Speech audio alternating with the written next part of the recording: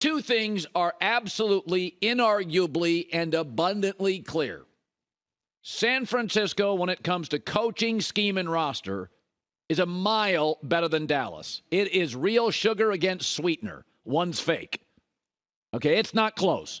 Coaching, roster, and scheme, and not close.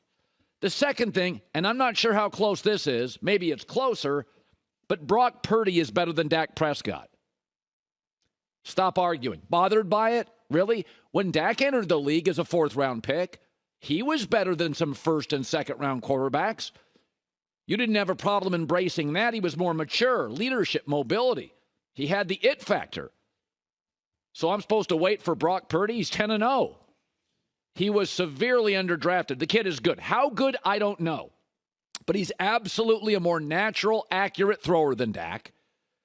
He's cheaper than Dak. That stuff matters in a salary cap league. And now I think he's as or probably more mobile than Dak because Dak's had all those injuries through the years, right? So he moves really well. Dak doesn't. I mean, the other thing is decision-making is arguably the most important trait for quarterbacks. I always thought Dak was pretty good. Purdy's great. The kid always throws to the right person. So anybody bothered by this take that Purdy's better than Dak, go back 7 years. When Dak had a nice preseason game against L.A., went 10 for 12 with 2 touchdowns, and Cowboy fans went bonkers. I got crap for a month because I suggested, well, you got Zeke, a top 5 defense, best O-line in football. It is a preseason game from a franchise that just moved across the country. And now you want me to wait to say, yeah, Brock Purdy's good. He's 10-0 in the regular season, highest passer rating. If he retired today, highest passer rating in league history. He never throws interceptions, and he's just a more accurate thrower and distributor of the football than Dak Prescott. It's not close. Listen, you can keep giving Kyle Shanahan all the credit, but Kyle Shanahan's a coach, not a magician. He couldn't make C.J. Beathard work. He couldn't make Trey Lance work.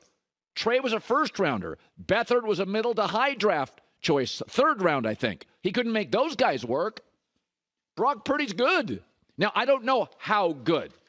Does Shanahan deserve some credit? Absolutely. But on balls thrown downfield, 10-plus yards, and Purdy, that's slinging it. You're throwing the ball down the field. Purdy this year leads the NFL in passer rating, touchdown to interception, and completion percentage. Downfield throws. Greg Cosell warned us about this a month ago. He came on and he said Dak now is a pocket passer. He does not move well. That's all he is. He's a distributor, not a playmaker. Early Dak could be a playmaker. He's not anymore. Now he's a pocket guy. Well, that was never his strength anyway. It was his intelligence, his intangibles, his leadership, his maturity, his ability to move. Now he's just a pocket guy and not a very good one. 21 picks in his last 19 starts, almost all of them from the pocket. Okay? So San Francisco, better roster, not close. Better coach, not close. And a better quarterback, maybe closer. Yes, Christian McCaffrey's great. Christian McCaffrey last night averaged 2.7 yards a carry.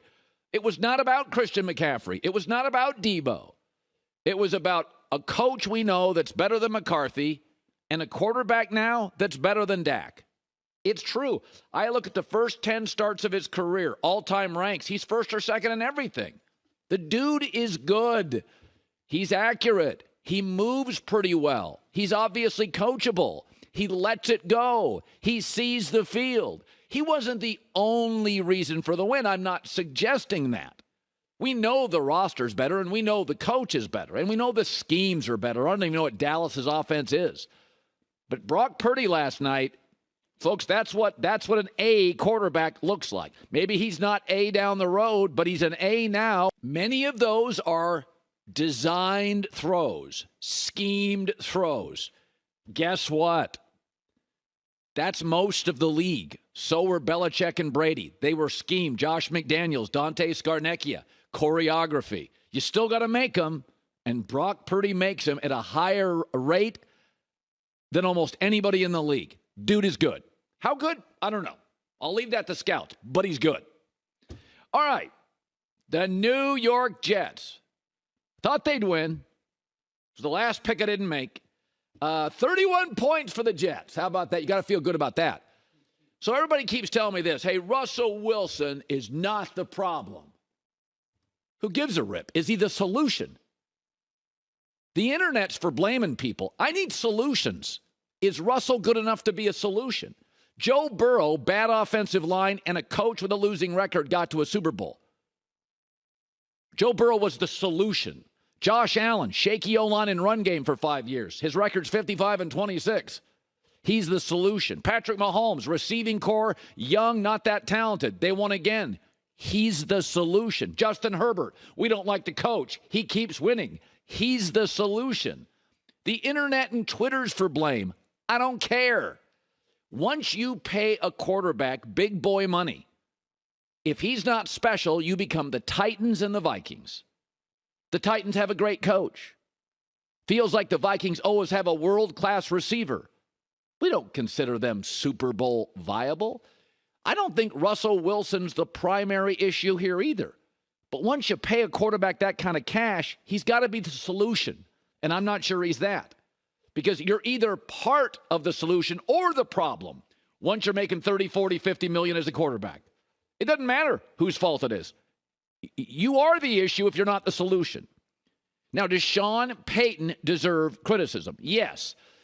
He got money and power, and I've said this for years. Power for a few years hurt Pete Carroll. Now he's left the drafting back to his GM, John Snyder. Power has hurt Bill Belichick.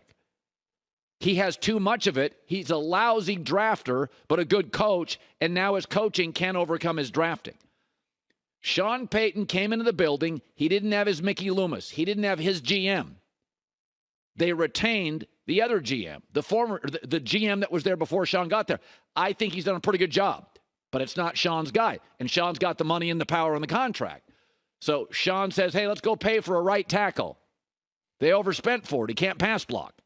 That's why I said, the minute you get all the power, you got nowhere to hide. I'd rather have a little less power and say, oh, I got deniability. I didn't do that. It wasn't I just do this. That coaches all want power. Bill Parcells, if I'm making dinner, I get a shot for the groceries. And maybe Parcells could pull it off. But it's hard enough to be a great GM. It's hard enough to be a great coach. When you try to do both, Belichick, Pete Carroll, legends, it doesn't work. You see how bad the drafts get. And so Denver doesn't do anything particularly well consistently. Whereas the Jets are not a great team, but to Robert Saleh's credit, they're as good as their personnel allows them to be. They're not going to win track meets. They don't have the quarterback or the deep receiving core. But they run the football well because they have good backs, and they play excellent defense because they have good personnel. You don't have to win 13 games a year to be a good coach. Do you win or do things well that your personnel allows you to do well? Atlanta's not going to win 14 games. They don't have the dudes.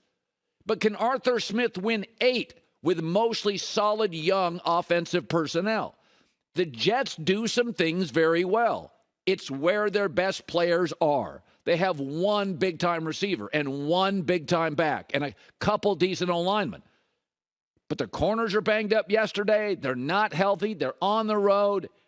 And they really did what they are capable of doing well, very well.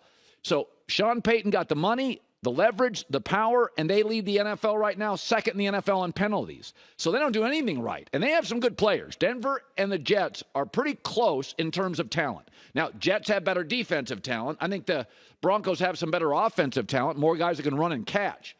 But does Sean Payton deserve credit? Yep, it's a cautionary tale. Be careful for what you ask for when you're a head coach. Take a little less money, get a little less power, and just concentrate on what you do well. Bit of a mess. They got Kansas City coming up twice. They're staring down the barrel of 1-5, 1-6. Hi, everybody. Thanks for watching. Subscribe here to get the latest from the show. Also, be sure to check out more of the best clips from The Herd or go watch a few segments from other shows on FS1.